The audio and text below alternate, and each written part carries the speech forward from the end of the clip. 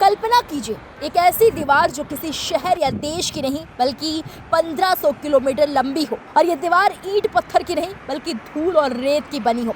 ये कोई science fiction नहीं है और ना ही हमारी कोई मनगढ़ंत कहानी, ये हकीकत है उत्तर अफ्रीका के सहारा रेगिस्तान की, जहां उठा है एक भयंकर धूल का तूफान जिसे अंतरिक्ष से भी साफ देखा जा सकता है। और आप वीडियो में इस तूफान के असर को भी देख सकते हैं। इसे कहा जाता है हबूब। अरबी भाषा का ये शब्द है, इसका मतलब होता है तेज विस्फोटक हवा। लेकिन सवाल ये है कि ये हबूब आखिर बनता कैसे है। सहारा रेगिस्तान में जब अचानक तेज और शक्तिशाली हवाएं चलती हैं तो वो जमीन की सतह से लाखों टन रेत और खनिज कणों को उठा लेती है। धीरे धीरे ये कण एक विशाल धूल की दीवार का रूप ले लेते हैं, जो देखते ही देखते सैकड़ों नहीं बल्कि हजारों किलोमीटर तक फैल जाती है। हाल ही में सैटेलाइट तस्वीरों में जो नज़ारा दिखा वो हैरान कर देने वाला था।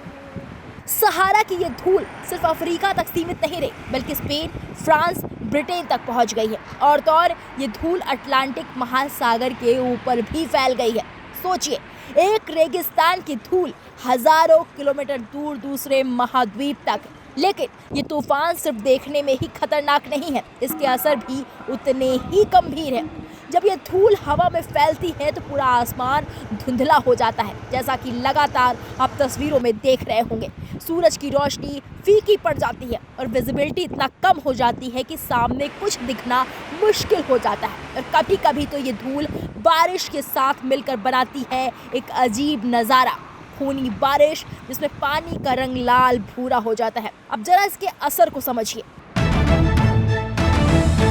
हवा में मौजूद ये महीन धूल के कण सीधे हमारे फेफड़ों तक पहुंच सकते हैं।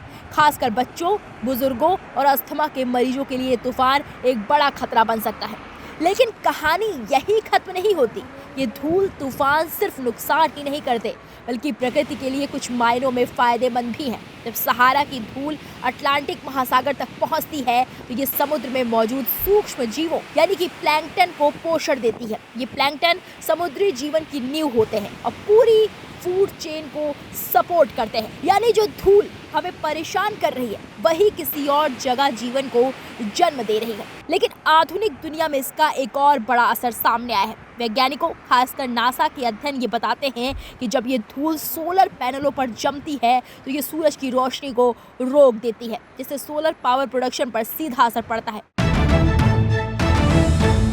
यानी ये तूफान सिर्फ मौसम नहीं बदल रहा बल्कि हमारी ऊर्जा व्यवस्था को भी प्रभावित कर रहा है। इसलिए वैज्ञानिक इन धूल तूफानों को बहुत करीब से ट्रैक करते हैं, क्योंकि ये सिर्फ एक प्राकृतिक घटना नहीं है बल्कि ग्लोबल क्लाइमेट सिस्टम का अहम हिस्सा है। तो अगली बार जब आप आसमान में धुंध या लाल बारिश देखें तो समझ जाइए, हो सकता है वो असर हजारों किलोमीटर दूर सहारा के किसी तूफान का हो, क्योंकि प्रकृति की ये कड़ियाँ हम जितना सोचते हैं उससे कहीं ज़्यादा जुड़ी हुई है। फिलहाल इस वीडियो को देखकर आपकी क्या राय है, हमें कमेंट बॉक्स में जाइए और ज़रूर बताइए।